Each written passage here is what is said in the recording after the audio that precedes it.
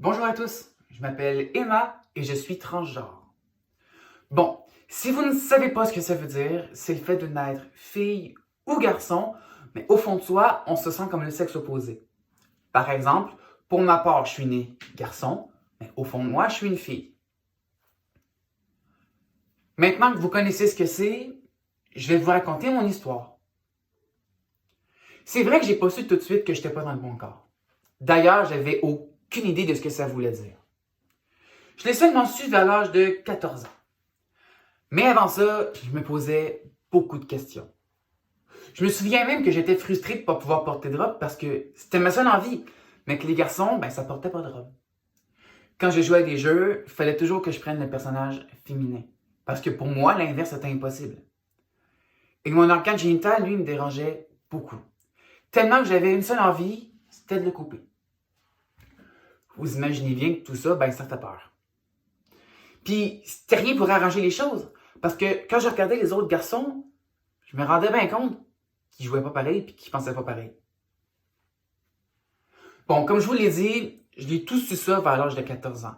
Parce qu'un soir, avec ma mère, j'écoutais une émission sur la transidentité. Puis, dans tous les témoignages que j'entendais, je me reconnaissais. Mais bon, l'ado que j'étais, lui, a tellement vécu de déni que ma tête, elle, a refusé de l'accepter. Je me disais que si j'étais transgenre, ma vie serait détruite. Les gens me traiteraient de fou, me diraient que j'étais malade, qu'il fallait que je me fasse soigner. Bref, un paquet de préjugés qui faisaient en sorte que je n'ai rien dit, de peur de me faire traiter de monstre. Puis cette période-là, ça a duré 4 ans. 4 ans de malheur. Et plus le temps passait, plus c'était dur à cacher.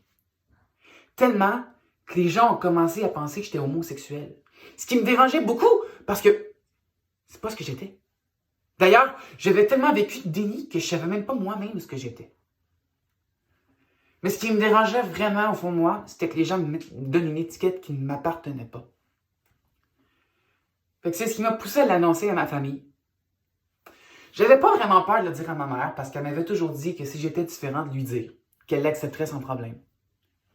Mais bon, j'ai quand même attendu d'être pour mon travail au fin fond de la BTB pour leur annoncer.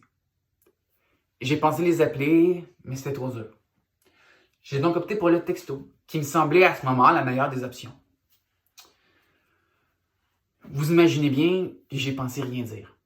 Mais ça aurait été la pire des idées parce que j'en pouvais plus de vivre dans l'ombre. Il fallait que ça sorte. Et maintenant. Ma mère a eu la meilleure réaction qu'elle pouvait avoir. Elle m'a simplement dit « Tu te sens fille? C'est correct. » Mais malgré sa réponse, mon cœur battait à tout rompre.